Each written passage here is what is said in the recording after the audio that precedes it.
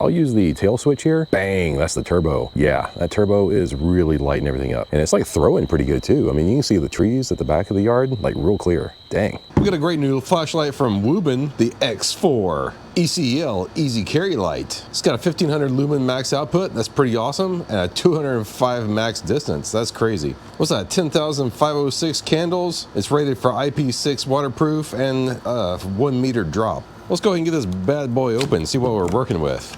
I've been pretty impressed with the Wuben lights, so I'm excited to try out this new one.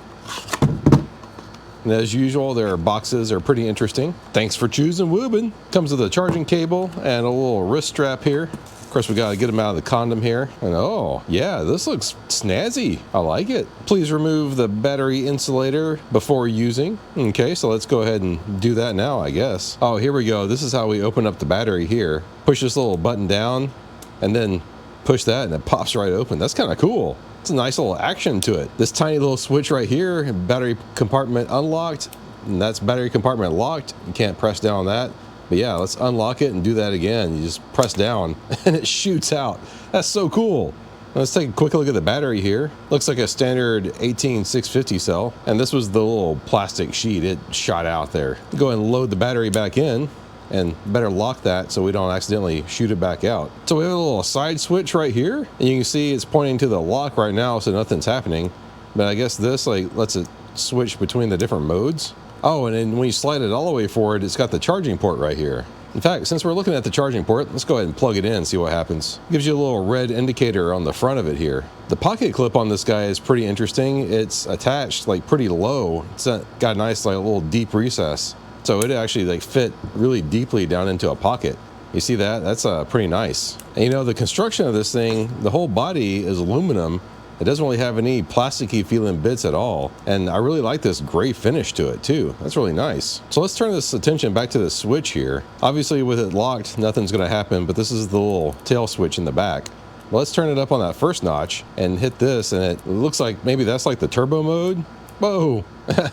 I guess you give it a double tap and it goes into strobe. That's really annoying. You hold it down and it's just a momentary for the turbo, I believe. I mean, that's pretty dang bright. You can take a look at the chart here. It's got a lot of different settings and we'll go over those in just a second, but you can pause this and take a look for yourself. And it even continues over on page 3 here. This just shows the operation of the tail switch, what we just did. So the first stage on the little slider switch here is actually for the side light, and that one right there is for your main light. And then this up here, not only does it expose your charge port, but it also lets you just go into moon mode nice and easily. You can hit the tail switch or the switch right here and goes into moon mode, which is, you know, really low level light. But let's take a look at this main beam first. We'll hit the guy once and it comes on in moon mode. And then this little dial wheel right here, you can adjust the brightness like that. That's pretty slick, isn't it? And that goes pretty darn bright. And it gives you a little flash, like whenever you're on either side of the extremes. Like if I turn it all the way down, it gives a little pulse when I'm all the way down. So yeah, you don't have like a traditional low, medium, high. You kind of have an infinite range with this dial. That's really kind of neat, right? And then just a single press turns it off too. If you hold the button down, it'll actually flash at you and let you know how strong the battery is. When it flashes for 5 seconds like that, it means it's between 90 and 40% charged. It would be red flashing if it was below 40%. Now, once you press it to turn it on, if you want to go straight to high, you can give it a double tap and it'll shoot it all the way up to high mode like that. And then of course you can bring it back down with the dial wheel. Let's turn it off and now let's take a look at the side light. So with a single press, it comes on, and if you want to switch between the RGB and the white light, you hold it down and it'll switch like that. And of course that's the dimmest mode of the white light, but you just turn the dial and you can go up to high like that, which looks to be decently bright, and then back down to low. And low is, yeah, that's really low. Let's hold it down and go back to RGB, and kind of the same deal with the dial. You can rotate it and it'll change color for you. That's kind of cool. Now if we give it a double tap, it'll start strobing, and another double tap like puts it back solid. Now whenever it's off and you give it a double tap, it'll switch to these little special modes, and it's got a little cop mode here. Another double tap and it switches to like a different blinky mode, and then that's like yet another different blinky mode, and double tap again and it goes back to the cop mode. And and then just one press, it turns back off. So yeah, crazy amount of modes in this guy. So here we have some specifications. With that little dial wheel, you can go from 1500 to 5 lumens. Now it's got a 3 to 285 hour runtime. That's pretty crazy. And then your side light is 100 to 1 lumens. Then the RGB light is 10 lumens. And that's kind of crazy. It's got up to an 8-hour runtime, even on high with the white light. That's kind of awesome. Now, if you want to stick this thing to something, obviously we have the pocket clip, but the tail cap is also magnetic. And I guess whenever you stick it to something, it wants to actuate this little tail switch on the back too, which that's kind of annoying. There we go. I got it on there, at least this time, without activating the tail switch. And yeah, the magnet doesn't seem to be super strong, but it is holding it, yeah, it's holding it good enough, I suppose. I mean, normally you want that magnet to be like really strong. In fact, I'll give you an example. You remember this little guy? This is the Wuben E7. Now this thing definitely holds on there really nice and strong. I mean, obviously this is a smaller light, but I mean, I can just feel it. It's definitely stronger than the X4 here. Maybe in like the next version, they can beef up that magnet a little bit. I don't know. Oh, actually, you know, stick it on there like this, where the hole is covering the little momentary switch, it actually seems to be stronger a little bit. It definitely does like to activate that switch too. So I don't know. I think maybe there needs to be a way to lock out this tail switch while still being able to have the main light on. Actually, you know, let me turn on the main light. So with the main light on, and when you hit the switch, okay, it doesn't do anything. So I guess what you would need to do is just turn this on first, and then you can use the magnet, and then you don't have to worry about it accidentally activating the tail switch. So I guess that kind of makes sense, but yeah, I'd still wish this was just a little bit stronger. Shouldn't really be able to shake it loose like that. Like the E7, yeah, you can't shake that thing loose. That's good and strong. But yeah, let's go ahead and try this thing out in darkness, see how she do. All right, so we got the forward light on here. It's on moon mode right now, and I can turn the dial a little bit.